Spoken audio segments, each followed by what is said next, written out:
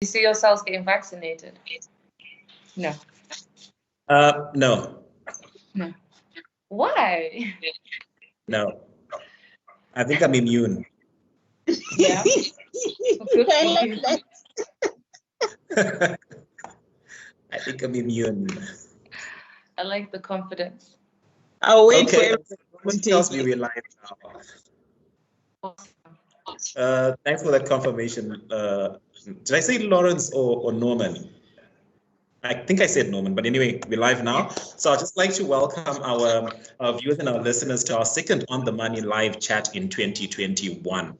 The last one we had about 2 weeks ago was very informative as we discussed, the new exchange traded fund that Old Mutual listed on the ZSE. But today's session is going to be one of those, the kind that you just don't want to miss or your friends to miss. So just get calling and texting now. Just let them know we're starting and have them join in. But better still, just click the share button on your Facebook so that it just also broadcasts live on your pages as well. So today we're going to be having a session in line with our Global Money Week 2021. We're just going to be capping it, and this is how we've chosen to do it as Old Mutual and On the Money. The theme for this year is 2021. Global Money Week says, take care of yourself and take care of your money. Now, who better to discuss this than the two ladies that I have with me today? I've got Mikey and I've got Shalom. I'm going to ask you ladies to introduce yourselves to our viewers briefly or at length. I'm not sure how you want to do it, but I know that just from this year's theme, take care of yourself and take care of your money.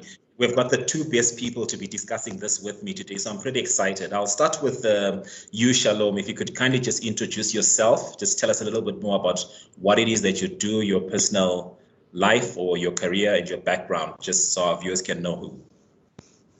Great. So my name is Shalom Govero, and I'm a financial educator. I've been trained by the ILO and Microfinance Opportunities to really provide education training and services to youth, women, and entrepreneurs, primarily those who we would term as financially excluded. So my work revolves around talking to people about personal finance as well as small business finance, particularly on radio, via written publications, workshops, both online and offline, as well as seminars and once-off webinars such as these. I must say, background-wise, I do not have a financial degree. So unlike my fellow panelists, who I know she has those, I actually tried to run away from finance because my mother is a microfinance guru. So I grew up around a lot of finance talk and talking about, PAR and all sorts of things. And that just did not, for me, it wasn't something that I wanted to do. But I think when I grew up, I realized that finance had to do with livelihoods. So that's where the bug bit me, so to speak. And I studied a degree that really helped me to understand what we call development or social finance.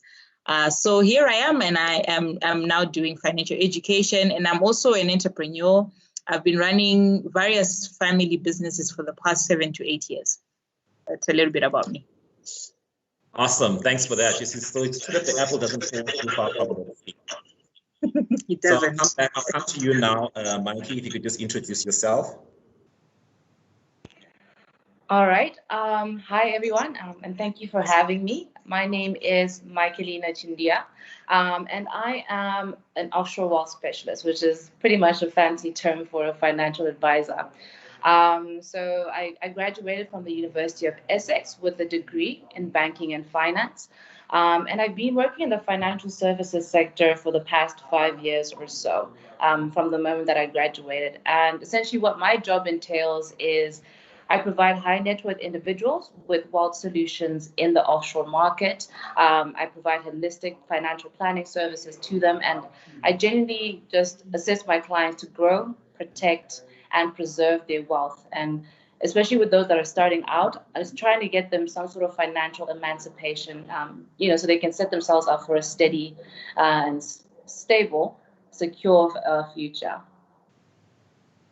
Okay, thank you for that. Now, if you do see me taking my eyes off the screen, looking down or looking to the side, I'm just trying to see what's happening on Facebook. Just take note. I'm not shy to be talking to you guys. I'm just going to be looking at the comments that are coming up on our Facebook section. If people are going to be asking questions, I'll just throw them back at you. But I've got my set questions that I want to ask you guys, and I hope you can just tackle them very well for us today. Like I said, the theme for this year's Global Money Week is take care of yourself and take care of your money. And I was hoping that Michelina could have just explained more about taking care of yourself, because I know you do that.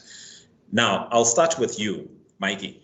How would you describe, or what would you say financial resilience is, and how do you build your own financial resilience?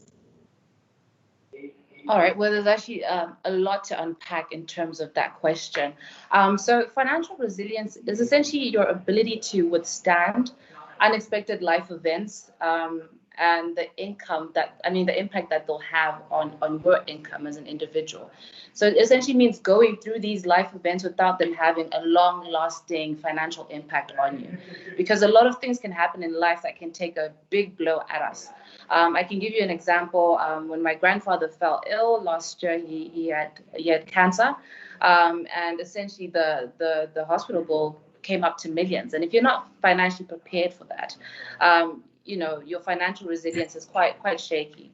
And at the end of the day, it helps to build your financial resilience before you need it, because honestly, no one wants to live through difficult times. If we're honest with ourselves, we don't hope that we can weather the storm. We pray that things are calm and smooth sailing, but as we know, life isn't that way. So when it comes to financial resilience and actually building it up, the first thing I'd say and suggest to anybody is build up a financial plan. It's very key, because to become financially resilient, you need to set goals that enable you to stay focused on what matters the most. Secondly, you need to build up an emergency buffer.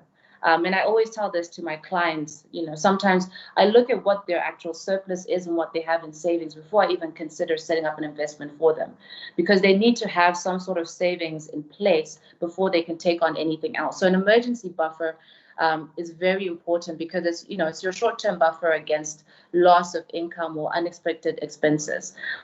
And the better prepared you are, to take on financial storms, whatever may come, if you have that. Secondly, you need to pay or eliminate any form of debt that you may have, because it's very important to not have that in the way. Because, for example, if you experience, let's say, another financial blow, and you're also in the process of paying off debt, it can take a toll on you financially. So you need to pay for those expenses and get that out of the way. I think I'm on my fourth point. You need to increase your knowledge and educate yourself, because financial literacy is very much related to financial resilience. That's why you need to sit down with even if you want to study on your own terms, or you can sit down with the likes of Shalom and actually have her educate you and teach yourself the things that you need to know, so that you're equipped to handle your finances accordingly. And then lastly, especially in Zim, you need to develop ways to supplement your main income.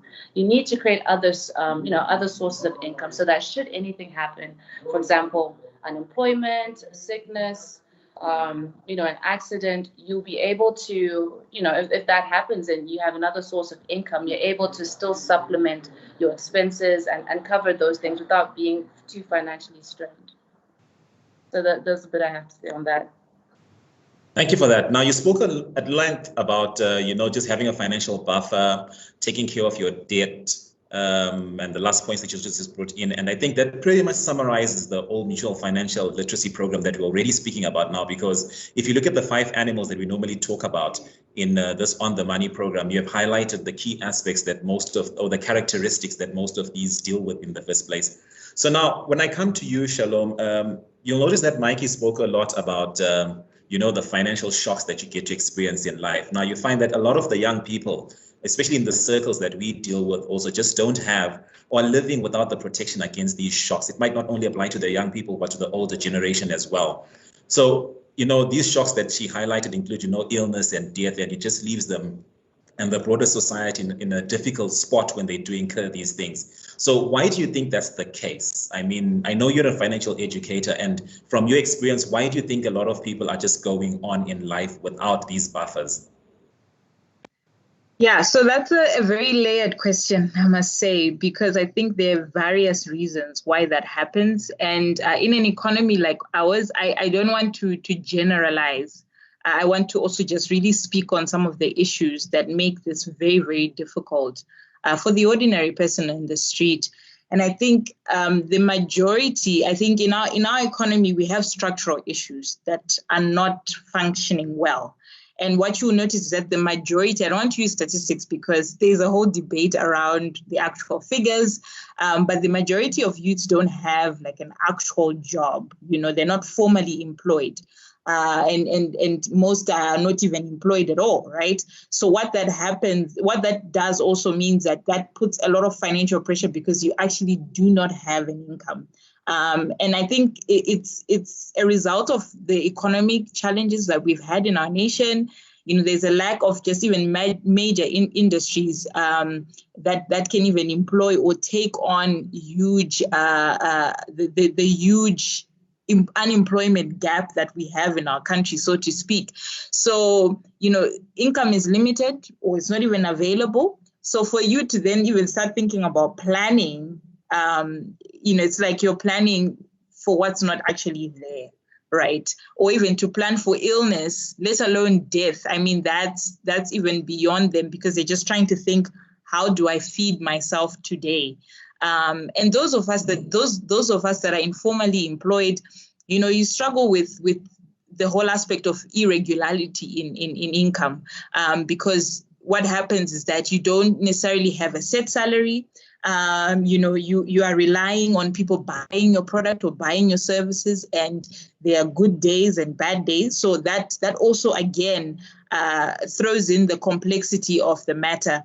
And I think there are also huge demands on young people, particularly when you look at sort of this whole aspect of family upkeep and family responsibilities and welfare issues, especially if the young person is educated, right, and employed in sort of a stable job. I mean, I work amongst university students with my husband. We do mentorship programs, and some of the things that we realize that a student will leave university, and as soon as they start working, they're constantly talking to you like, how do I manage the family pressure that I'm having? They don't understand that the income I have is very limited. They just think since you finished school and you're working, I mean, you do have some income. You need to make sure you take care of us as well. So when you look at the priorities that the young person now has, or the responsibilities rather, or financial obligations that the young person has, you know, they're revolving around taking care of family, other than just their own immediate needs. And I think we are battling because we have a legacy of the economic crisis that happened even in 2008, for example, which left many of the current parents right now with little or no pensions. So what that does, it adds again to that ongoing financial pressure for the young person. This is not to say the things that Mikey was talking about, and you know, that it's not doable in our economy. But I think it's just a reality. These are contextual realities. These are realities that we need to factor in when we come up with solutions around this whole aspect of financial resilience, because these are real issues that people are actually going through. And that means even when we think of even products that we're crafting for them, we need to really be thinking about that person who is struggling, or even like looking at really the financially excluded and really looking at the real issues that are happening on the ground. That helps us to even think creatively around this whole aspect of financial resilience.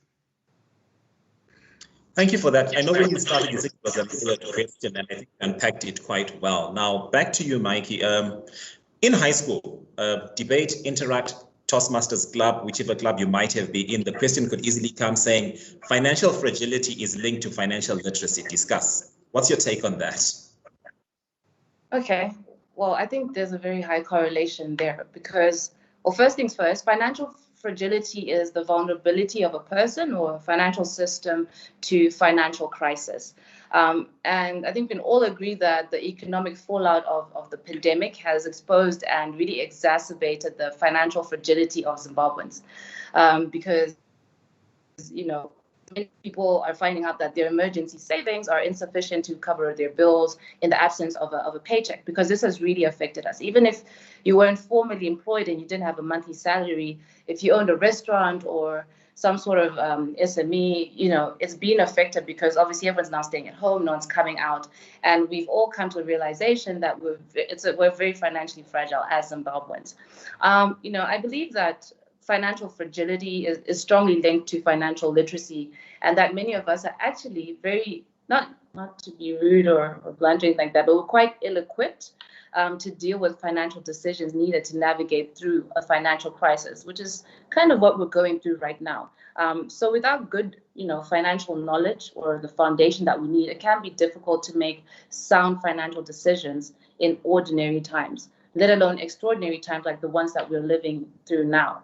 And also, the troublesome fact is that financial literacy tends to be lower among the minorities, which is the female income individuals, the disabled, the unemployed, or the young, or those who are less educated. And the unfortunate thing is that many of these groups are hit the hardest by economic crisis. And they're the ones who are less likely to be able to handle that fragility. So I believe that increasing your financial literacy will actually lower the likelihood of feeling constrained, things like constrained financial situation or getting into debt. And financial literacy is somewhat correlated with planning for the future. If you're financially literate, you know about investing, planning for the future, being more likely to save and plan for your retirement. And knowing that your future is secure and that you're building towards something with the money that you're earning now, and you're really putting your money to work. And those with less financial knowledge are, already at risk of failing, financially, falling into financial distress. And it can have consequences on both the short term and the long term. I can give an example of, again, what I do for my clients, which is retirement planning. And a lot of people never really think about planning for your retirement until it's too late. And, because of planning only for retirement, you can take advantage of compound interest, dollar cost averaging over a long period of time. So if you're not financially literate or have exposure to such things, you won't plan for your retirement. You won't protect yourself, and essentially it will result in you becoming financially fragile in the short term and in the long run as well. So I do think there's a very high correlation between the two, and it's very important, especially in building a more resilient society, to make financial literacy a reality for all. Which is good that we're having this discussion, because we're creating a platform that allows people to educate themselves and really, open their minds to what's possible and help themselves build a form of financial literacy that will help them in the long run. Thank you for that, Mikey. I've just looked over at my Facebook and I'm seeing that we've got Terence that's online and he's joined us. Thank you, Terence, for joining us. And now you also comment to say that I think he was referring to what Shalom was talking about, in saying that, so you're actually talking about black tax and that kills resilience. You might just want to touch on that in your next response as you come on. And then he also says, what do you think is the best megaphone to get more people financially literate? I think both of you guys can respond to that as we go along. The question does say, how do you think we can get more financial education out there? I know this is one platform that we can be doing it on. But before we proceed with the questions, I just want to know how you guys, both of you, how you rate your financial preparedness for any financial crisis. I know we're obviously giving advice to other people right now, but are you guys prepared for financial crisis? How do you rate your preparedness? Why are we getting personal, Patrick? So that people know that it's real life issues that we're discussing now. It's not textbook. No, it's very true. No, you're very right. I think on a scale of 1 to 10, I would say a 7, mainly because this is Zimbabwe and anything can happen. So I was actually laughing with a friend of mine because I gave birth in October last year. And, as we're going through the whole process, I think things were changing.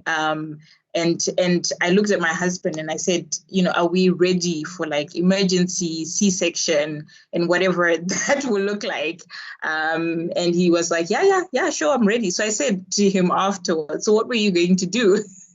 And he had a whole plan. It was kind of foolproof, but I found that quite interesting, that I think also in Zimbabwe, when you have to constantly be thinking, what's my game plan? What's my next, plan B type of thing if things go wrong. So yeah, I think I'll give it a 7. 7 is quite a good score, hey? Mikey, how would you rate yourself? I think I'd also say maybe 6.5, 7, because essentially, even for me as an advisor, I try do what I preach to my clients. And most of the time when I sit down with the client, I advise them to save at least 30% of what they have as a surplus after the expenses, so they can save comfortably and still have money to go towards other things, let's say, that may just come up on top of the expenses. So I've been trying to apply that of late, especially with everything that's happened with COVID since last year. It really did give me a bit of a wake-up call in terms of being serious about saving. So since then, I've been trying to save at least 30% of my surplus, if I can, of the entire salary, and trying to save it also in hard currency. And just keeping that stashed away for a rainy day. So I'd say maybe 6.5, 7, but you never know what can happen, really. But they always say it's always good to start with, let's say, 500 to 1,000, just in case. But, yeah. Okay, I think what you guys are saying is quite important, and I like the fact that you spoke about saving as well, and you actually put it in order to say, you save first and then you spend whatever you remain with later, which I think is quite important, because a lot of us miss it in that we budget everything else and we don't budget for a saving. We spend and then we think that we're going to save whatever remains, and it's normally too late because our expenditures are quite high. So it's important that we save before we actually go out and spend. It's one thing to be broke knowing that you've got a stash of money somewhere lying idle, and it's another thing altogether for you to be broke and not have that buffer at all, So I think the aspect of saving is quite important. Now, coming back to you, Shalom, many of us, especially the young guys, can use the economy as a reason as to why they're not so financially resilient. But what steps can you take, regardless of the economy, to start building that resilience? I know that we'll talk about the negative things that are happening, but we all have microeconomies that we live in. So what steps can you take to build that resilience within that economy? Great question. I think the first aspect is understanding the terrain that you're in. Zimbabwe, unlike any other, so there are things that work here and there are things that do not work here. So I think we need to, first of all, take a step back and say, as for this terrain that I'm in, what works and what doesn't? And also being aware of the environment then enables you to think creatively, in terms of what you can do with the financial resources you have. A lot of the times when I ask people, like, are you even aware even of financial products that are available to you at your age, in your city, like where you live, in terms of like some of the things that are unique to you as a person, are you aware of that? And most of the time people don't know, people don't go out to even look for that information. And also sometimes when we understand the terrain that we're in, we will realize that there are certain things that are opportunities for us here that we may never find anywhere else in the world. And that's pretty unique. When we know those things, it helps us then to start thinking, oh, so I can tap into this resource and actually strengthen my finances and plug a gap that I have in my finances. I was saying to somebody that a lot of people don't realize how much we have in terms of the rural economy and how we can tap into that, because a lot of us have villages where we come from. We have pieces of land where we come from. What are we doing with that? I know it sounds cliche, like we doing it in terms of practically taking that as an opportunity to explore. And I think the second aspect, you mentioned this, Mikey, already, but I'm going to emphasize it with the whole, idea of just also giving you examples that, equip yourselves with the basics of how money moves or how money works. I think, Mikey, you've already mentioned this whole aspect of saving, budgeting, debt management, all of those different aspects of how money moves, because I truly believe that money principles are the same everywhere in the world. It's just that the contextual realities may differ. So then how to bring them into our context is what becomes important. And I think there are lots of free platforms these days. There's a whole movement apparently on Twitter and on Facebook with financial educators. Plug into that, because there are lots of different platforms where you can learn, either it's on WhatsApp or on Facebook, or even, platforms like these ones, webinars, lots of free platforms that are available to help you to plug your gap when it comes to financial knowledge, skills and tools that are available to you. And then the third aspect is actively apply what works. So it's one thing to understand the terrain and to know what works, but it's another thing to actually actively apply it. A lot of times when I speak to people and, I'm talking about maybe a specific way of saving money or even how to budget and whatever, they'll be like, oh, yeah, I know about that.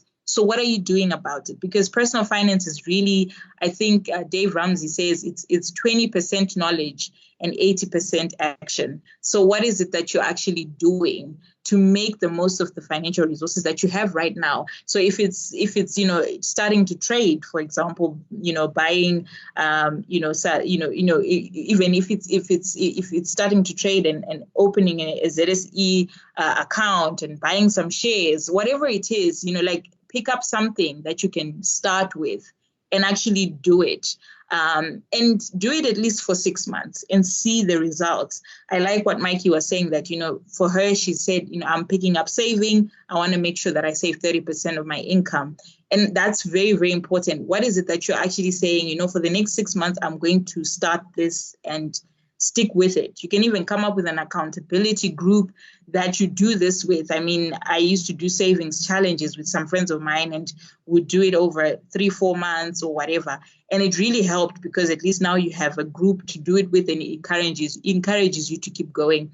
The fourth aspect, which is the last one, is I think leveraging on available networks.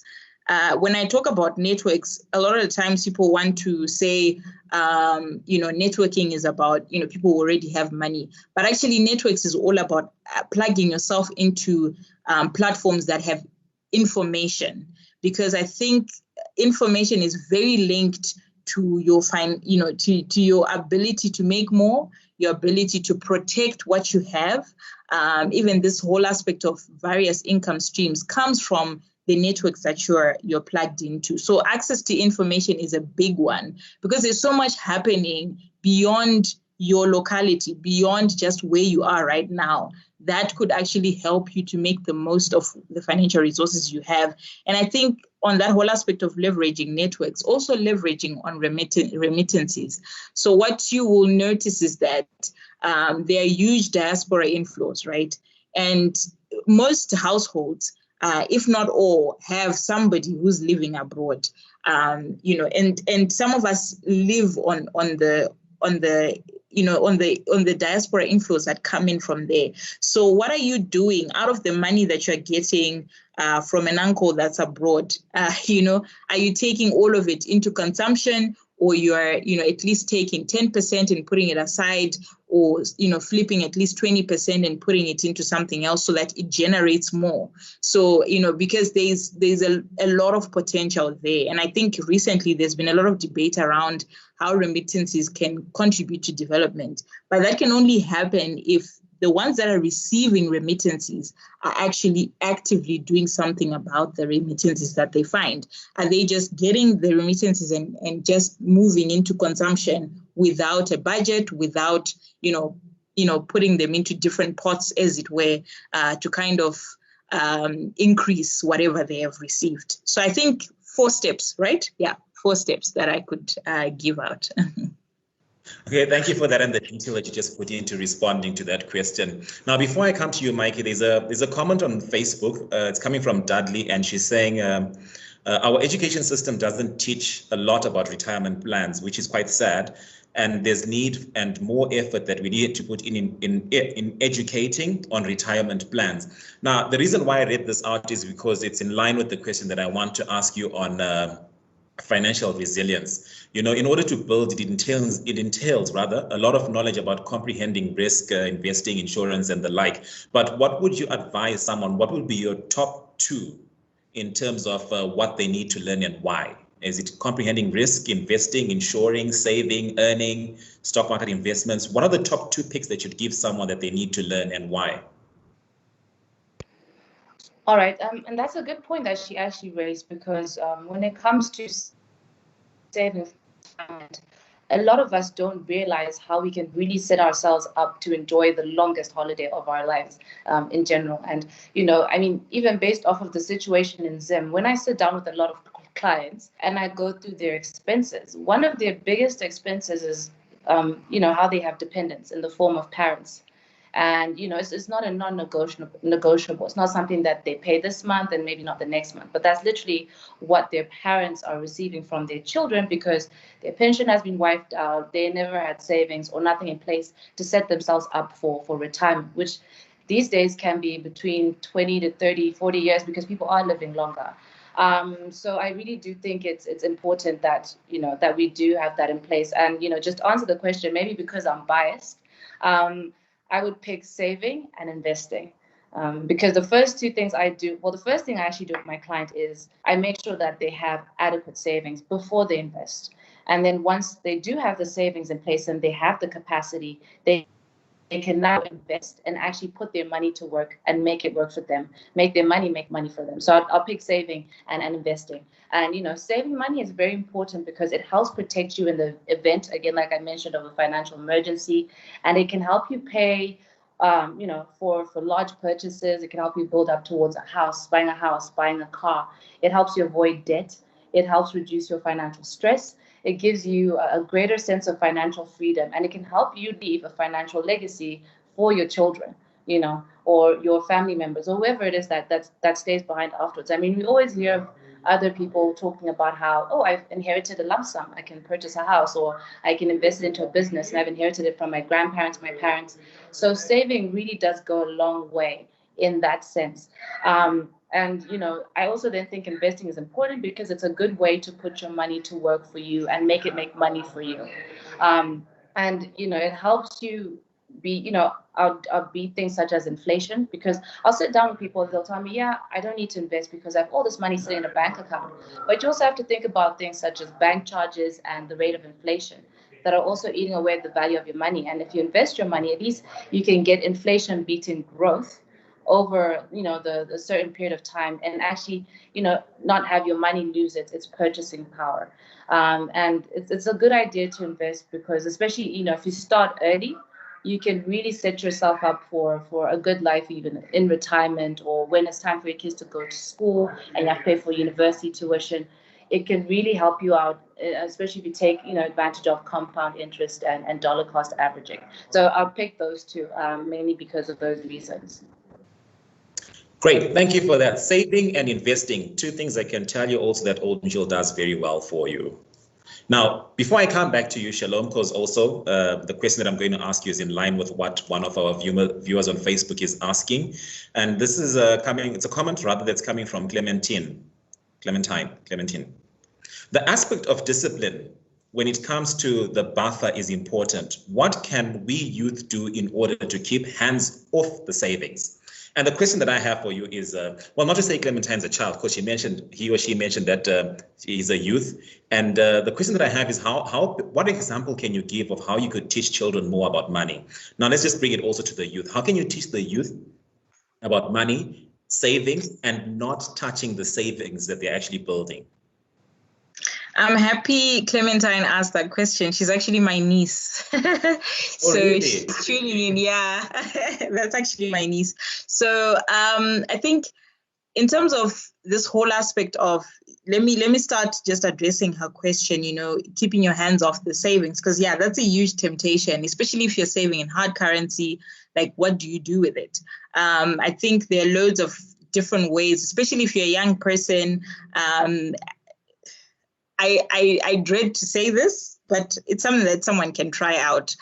First aspect would be, if you are struggling with keeping it on you, loading it onto a MasterCard, because a MasterCard allows you to load up on hard currency on it, and then it becomes a great way to then spend it when you're now ready to spend it, and you can give it to a trusted guardian. Then that keeps the card for you. It doesn't then give you temptation in the middle of the night to start doing purchases and things like that.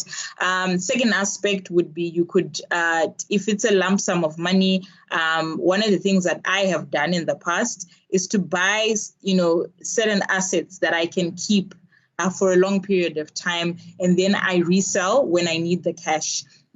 These are things that are easy to sell as well, but then I can then get back the cash as and when I need it. It's a great way of keeping your money so that it doesn't, you don't then get the temptation that she's talking about. And then I actually wanted to just also mention that for me, in my line of work, I'm big on bringing money conversations to the kitchen table. So I'm privileged that my mother really did this well with me. She groomed me in financial education. She was actually my trainer in financial education, until I got certification. So I have seen her practically do some of these things with me that I'm going to just mention here. Number one, if the kids are quite young, I'm going to start when they're quite young in primary school, playing games together. Monopoly is a great game to teach about money and debt and things like that, and real estate. There's also online quizzes. These days, there are loads of them. I saw ZSE this week is running a quiz on their website. Great way for you to do the quiz together with your child and take some time to explain some of the principles that come out of there and the concepts that come out of there.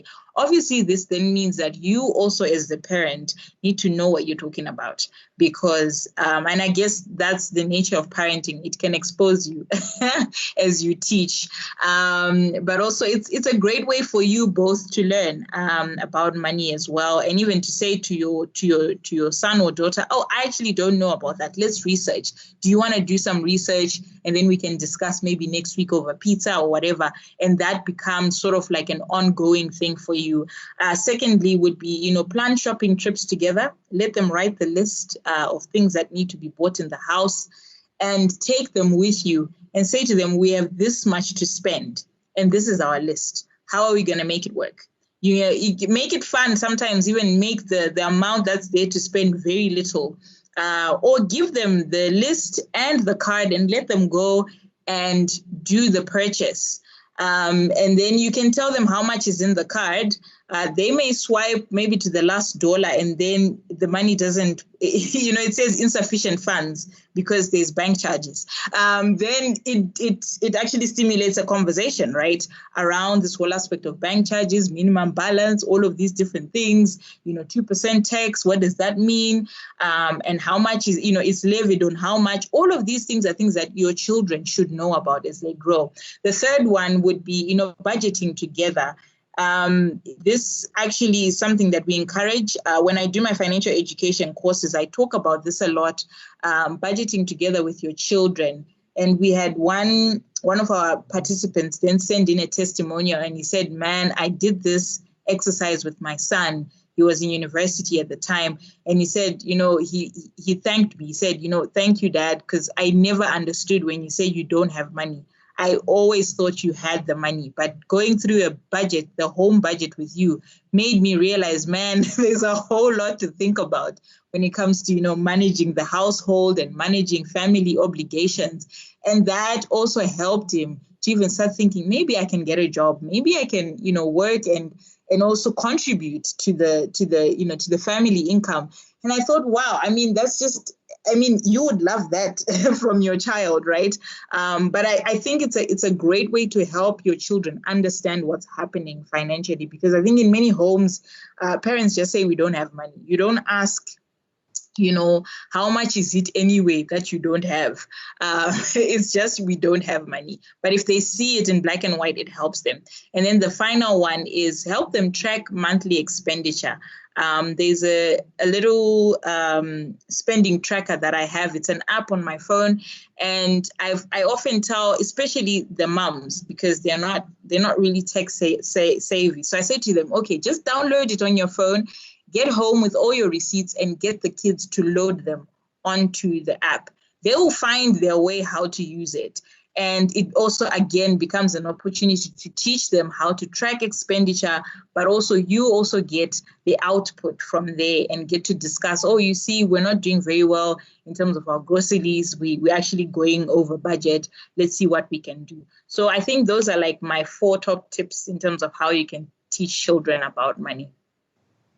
Okay, thank you for those. I'm actually just kind of follow what's happening on Facebook as well. I'm seeing their conversations about the conversation and their comments on the comments. I'm seeing Terence, Sheila, and Clementine all commenting on each other's comments. And I like what's happening because there's quite a bit of engagement that's taking place. And I think what you guys are saying makes a lot of sense to our viewers and our listeners at the moment.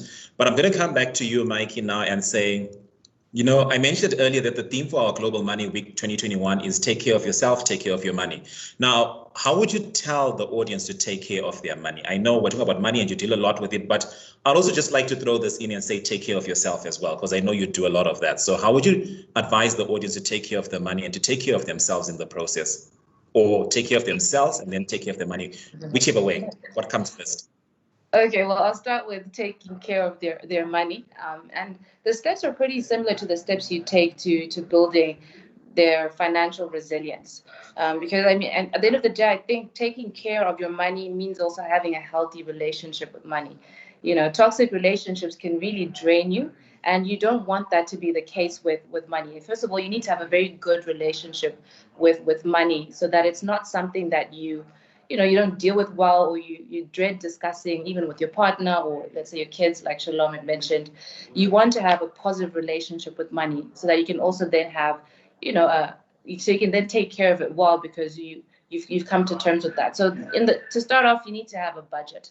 You need to create a personal budget, because a budget is the best tool that you can have that will help you live within your means. A lot of people underestimate how much power there is in just listing down your expenses and your expenditure and tallying that up against what you're earning. And actually, it gives you a very realistic look at what you have versus what you have coming in versus what you have coming out, and what you're actually left with at the end of the month. Because a lot of people don't realize sometimes how much they spend. I'll sit with clients who might have 4-5-figure income, and then they tell me, oh no, I'm fine, I'm okay, I get this much in, it's enough for my expenses. But I'm like, do you really know how much you're spending and what you have left?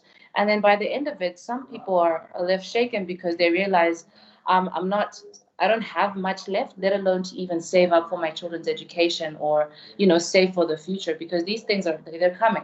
So you need to have a budget. And once you know what's coming in versus what's going out, you can actually then use the rest, or plan out what you're going to use the rest for, in terms of, let's say, debt repayment, what's there for savings, what's there for investment, and it's all dependent on your situation. Secondly, I'd say for those that are in debt, is to just create a debt repayment plan and pay off the debt that you have. This plays a part in having a positive relationship with your money, and also taking care of your money, because if you have debt, you'll need to pay that off as quickly as possible, because carrying debt is expensive and it costs you money. The monthly interest rates that you're paying on the loan, or whatever it is that you may have for a mortgage or the car, it erodes your wealth at the end of the day. So, start off with the highest interest charging debt and then work your way down through that. Thirdly, I'd say create an emergency fund. And I keep on stressing this enough, because it can really cripple you if you don't have that in place. Like I mentioned earlier, it's a safety net that helps you get through financially hard times that life can throw at you, and they're going to come, whether you like it or not. Maybe not now or in the near future, but they will come, and you need to be prepared for when that does happen. So I advise people to usually have 3 months worth of savings in the form of an emergency fund, just to cover those expenses should they ever arise. Again, you can have unemployment, becoming ill, or anything along those lines. Fourthly, I'd say assess your insurance needs, because you also need to protect your assets. Because if you have a car today and you write it off tomorrow, that could affect a lot of things in your life. It could affect, how you take the kids to school, how you get to work and generate income, and recovering the cost from that, if it's a write-off, or could really just take a big blow at you financially. So it's essential to assess your insurance coverage, just to ensure that you have the adequate coverage should anything unfortunate happen to you. And then lastly, I'll just say consider investment and retirement goals. Maybe I am biased, but I really do. There's a lot of importance in preparing for your retirement and for these milestones in life. For example, the children's university, purchasing a house, or building up towards being able to afford just your own retirement, because this is really when we want our money to work for us. You need to consider things like, what type of retirement do I want? What kind of a lifestyle do I want to live? Do I want to sustain the one that I have now? Do I want a better lifestyle in retirement? You need to take those things into account and start planning for them, and making your money work for you, not just now but in the long run. So that's a good way of taking care of your money, because it's very easy in this day and age to get stuck into a situation where we're all about living a certain lifestyle or living beyond our means now, without thinking about the future or anything that could potentially happen to us. And it's something that I feel that has really plagued our generation right now, in terms of living beyond our means and trying to live a certain lifestyle that's perceived as, glamorous or up there, when we're, at the end of the day, we're not taking care of our money. So those are some of the things I think you should do when it comes to taking care of your money. And when it comes to taking care of yourself, exercise, 3 times a week, and taking care of yourself mentally, will always reap the benefits. In terms of your job and your employment, you work well, you sleep better, you have better mood, and it helps with your energy level. So obviously, those are some of the things that you'd have to take in consideration when taking up exercise to take care of yourself. No, thank you for that. And just as you were explaining the last part on taking care of yourself, it just hit me that if you do take care of yourself and take good care of yourself, then in a way it also helps you take care of your money, because you cut back on your medical expenses. If you live a healthier life, cut down on the alcohol, smoking, if those are things that you do, it just helps you cut down on your medical bill. It helps you cut down on money that you could be spending on things that you shouldn't be spending on and stuff like that. So I think that's a really good point that you raised at the end there. But Shalom, as I come to you, I know this is pretty much what we have been discussing today, but just your top 5 tips in building financial resilience in Zimbabwe. Top 5 tips, bullet points, because I know we've discussed a lot about this already. Yeah, bullet points. I actually do have bullet points. The first one would be, don't borrow for consumption or to fund lifestyle expenses. This is very common. People will buy chicken on credit from the neighbor next door because, we can't eat with my veggie and all of that. It's small debts and they keep accruing and so yeah, that's an important one. Secondly, don't borrow on behalf of anybody. I have seen this many times, people being over indebted because they borrowed on behalf of their parent or their relative or even a friend, because they needed to, do some deal, and then, they end up with credit that they did not actually, spend on themselves. It actually went to someone else's benefit, but now they have to pay for it. The third one would be build an insurance plan in place, which Mikey already talked about. But I think I wanted to just highlight the whole aspect of, having medical aid is also very, very important, especially if you're, I often say, for us younger women who are in that season where we're having children and all of that, it becomes very, very important for you to have medical aid, because giving birth in Zimbabwe is very expensive. That's just a reality.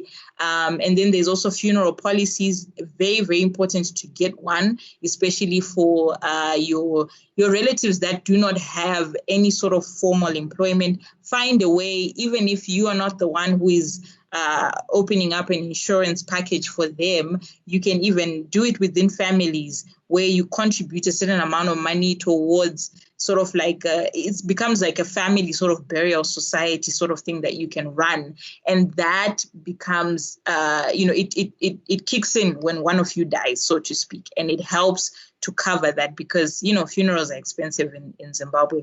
Then do not lend or enter into a business deal without a signed agreement. Again, I feel like this is very, very important, because I have seen people who are running multiple businesses, and then maybe the one that's actually making quite a lot of money, whoever they are in a partnership with decides, they don't want the partnership anymore, or they just wanted to spend the money on themselves, and then they are left with egg on their face. They've worked so hard, but they cannot reap the benefits of working with that person, or working in partnership, or running a small business or whatever with that person, just because there was no signed agreement. It can be as simple as just using a piece of paper and a pen and making sure both of you sign it. This really is important, especially even with the small savings clubs that we run in our neighborhoods, the Mukando and things like that. Having signed agreements always covers your back. Then the last one would be, don't enter business deals that you do not fully understand. And this is, again, very big at the moment. There are people who are promising lots of things, from Bitcoin mining, all sorts of different scams that are going on around. These days, they're even going onto WhatsApp platforms, so you don't necessarily have to look for them. They're right there. My hairdresser was telling me that she got into a deal of that nature in December, and now they were fighting to get their money back. They got into it. There were a group of maybe 10 or 15 hairdressers, and these are not, unintelligent women or whatever, but it's just sometimes the way the deal is mentioned, and you hear it from someone you trust. So automatically you think this is great, but I think you need to really understand, how does this business work before you put your money into it, because you could lose your savings that you are building. You could lose, valuable amounts of money through that. Thank you so much for not pulling out your textbook and giving us responses to that question. I think your responses are very practical to the environment that we're in. And I like the tips that you have given, and I'm sure our viewers benefited a lot from it. I'm seeing Alfred is saying quite insightful indeed. And there are quite a few comments that are coming up with the response that you just gave. So I'm happy that you are very practical about it. But we are almost drawing to the end now, but just a few more questions for the both of you. And coming back to you, Mikey, I know you've also spoken a lot about it, the issue of debt management, but what are your top tips on how best to manage debt? Just zeroing in on debt alone. I absolutely hate debt. I really don't like it. And I like that in Zim, we don't really have as much of that culture as people do in a lot of first world countries.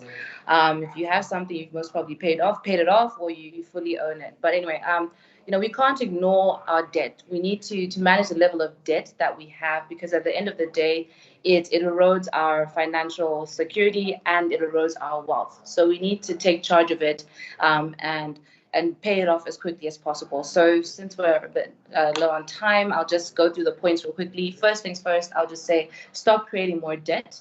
That's the first thing you need to do. Obviously, this alone won't get you out of debt, but it will, at least your debt won't get worse. You won't dig the hole deeper. Secondly, you need to know how much you owe. A lot of people get into debt for various assets, various items, and they end up actually losing track of how much they owe. So you need to make a list of your debts, including the creditor, the interest rates, how much you're paying off each month, so you can keep track of your payments and stay on top of things.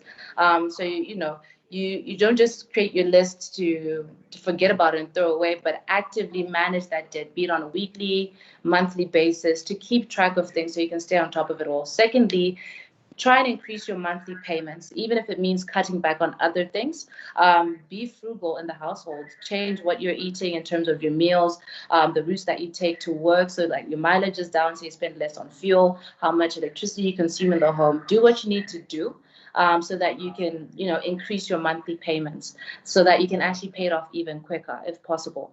Because the less you pay towards your debt balances every month, the longer it will take you to pay off these debts. And, interest can exponentially expand the timeline for your debt payment. So just try and pay it off as quickly as possible by increasing the monthly payments. Again, I'll say this, build an emergency fund. So an emergency fund may sound, counterintuitive, considering that you're paying off your debt. But if you're trying to get out of debt, because you'd be thinking, I'm thinking I could use this money to pay more of my debt off.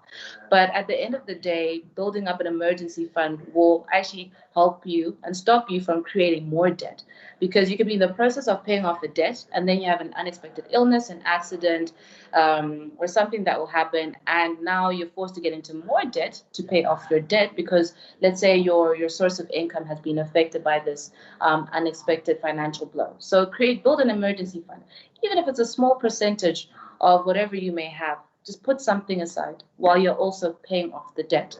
And another tip I usually give people is sometimes, pick a debt and just go full steam ahead with that, because you can make more noticeable progress by making a big payment to just one of your accounts, put that away, and, you make the minimum payment still on all the other debts that you owe until they're all paid off. But at least you're knocking it off as one debt. You're knocking off one big debt, and then the next one by trying to focus, let's say, a larger chunk on just getting one off the table, depending on how much you have. And also try and negotiate your interest rates when it comes to managing your debt, because a lot of people don't realize this, but you can actually negotiate interest rates, especially with some banks, because they do this at their discretion, especially with customers who have good payment histories and are more likely to successfully make payments. They're able to actually negotiate lower rates. So if you have a good borrowing history, then you can negotiate a lower interest rate with your lender, because a high interest rate will keep you in debt for much longer, because so much of your money is going towards paying the monthly interest than your debt. You won't even realize how much of a hold it will have on you and how long it will have you in there for. And then lastly, I'll just say, look for other ways of putting money towards your debt, which comes back to creating alternative sources of streams of income. Find a side hustle. It might be something that you're good at, or even that stream can be created by, let's say, even selling things that you have in the house that you may not have use for. Liquidate those assets and, use that money to go towards your debt. And actually, last thing is you should use a budget. A budget is very essential in managing your debt. I think I forgot something, because you need that to manage your expenses and actually then see what it is that you can cut back on, like we mentioned earlier. Because if you create a budget and then you see, okay, we're spending this much on electricity or fuel, and you see that there's actually room to cut down, a budget will help you identify those areas of need and attention, and you can then cut down and then allocate more money towards paying off your debt. So those are my tips in terms of managing your debt and keeping it in check. Thanks for that. When you began answering the question, you spoke about one of the solutions you gave was that you need to know how much you owe. And I'm thinking, how bad can your debt be if you don't know how much you owe? I mean, you've got a mortgage, you've got a car loan, you've got a CPS loan at cabs, you owe Edgar's money, you owe Topic's money, you owe your mechanic money for the last service that it did and you never paid. And it just keeps piling up. And knowing how much you owe and then cutting down on it and seeing where the money leaks is one of the good ways that people need to know. And I like what Terence is saying also on Facebook, because he mentions that there's good debt and there's bad debt. So you need to leverage in order to build a significant wealth. And I like that. I'm not sure if he's a finance person, but from the terms that he's using, like leverage, I think he probably is. And then I've also got a comment from Monia, and I like what you're saying, live below your means in order to finish clearing your debt earlier and saving more within the short period of time. Not short period of time. But I like the comments that are coming up, and I'll just encourage the viewers to just keep posting and sending their comments. And I like the fact that people are also sharing this live broadcast that we have. But unfortunately, we have to come to an end now. And I'm just going to give you guys just a minute each or less to just give me your parting shots, starting with you, Shalom. What advice would you want to give the audience, the viewers that are watching us today, before we close the show? I think it's very, very important to have the right mindset. Again, when we talk about finances in a country like ours, there's a lot of resistance. There's a lot of sort of arguments that come up. Well, this should happen. But I think you need to make sure that as much as you can, do your part. And that really has a lot to do with mindset, and really making sure that as you do that, it keeps you in check. And again, the whole aspect of learning as much as you can. Of late, I've really been wanting to just really rally alongside African women who've written books on money. There's Smart Money Woman by Nigerian author Arise. There's also a book called How Can My Money Be Enough by Nyaradzo. She's a Zimbabwean author, as well as myself. I also wrote a book called The Personal Finance Game Plan. And it's a perfect book to kind of just really help you on this whole aspect of mindset when it comes to your money. Sorry? I was waiting for that to come, and you just had to mention it, but it's good that you did. Thank you. Congratulations on the book, by the way. Mikey, what are your parting shots for the viewers? Yes, congratulations on the book, Shalom. That's big. So for me, I would say educate yourself. And it's never, educate yourself, because the earlier you start, the better. And that's something that I regret, because even though I studied finance at university, I studied the degree, but I only became financially literate really when I got into wealth management. I really started understanding the dynamics of it. And I wish these were things that I'd known from the time I was in high school. I'd have started saving from the time I got my first job in university, or the money that I was getting from my parents. So educate yourself. And lastly, it's never too late to start or embark on your financial journey. So even if you look at your financial goals, it might look like there's a mammoth task ahead of you, be it for your children's education, your retirement, or getting a house. But the sooner you start, the better. And it's never too late to start. Just start one step at a time, bit by bit. And it's never too little money. That's it for me. Thank you so much for that. Now, I don't know if it's in order for me to give my parting shots, but I'll just give some anyway. First, I'd like to thank you guys for being such good guests on the program, and I'd like to have you back. I noticed that one of the viewers also just mentioned and said this is very insightful, and we need part 2 of this. So I hope I can bring the both of you back to the On the Money live chats for part 2. I don't know what you guys are going to be discussing, and I hope you haven't given out all your nuggets, because when I do call you back, you'll need to speak at length for another 1 hour again. But Mikey, you spoke about educating yourself, and the education doesn't stop with the financial education programs that we have under On the Money. There is going to be another program that we're going to be hosting tomorrow, as Old Mutual, but specifically 8 to 5 Innovation Hub, that's dubbed Speed Mentoring. I'm sure maybe some of the viewers might have come across it on our social media platforms, but it's kind of like your speed dating, but only speed mentoring, and it's going to be done virtually. So just follow us on our social media pages, see what's happening, and see how you can be involved in that, because we have quite a good lineup of mentors that are going to be coming up, and you can just call in, speak to any one of them, and you can get free advice on your business, how to run it.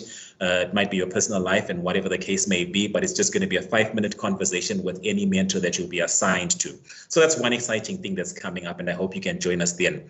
But outside of that, this brings us to the end of our On the Money live chat. Like I said, I'd like to thank you guys so much for joining us today. It's been a very insightful conversation that we have had, and I'm sure our viewers on Facebook have enjoyed it as well. But up until we meet again in the next week or two on another On the Money platform, it's goodbye for now, and stay safe. Goodbye. Thank you, Patrick. Thank you so much. Bye. Thanks for having me.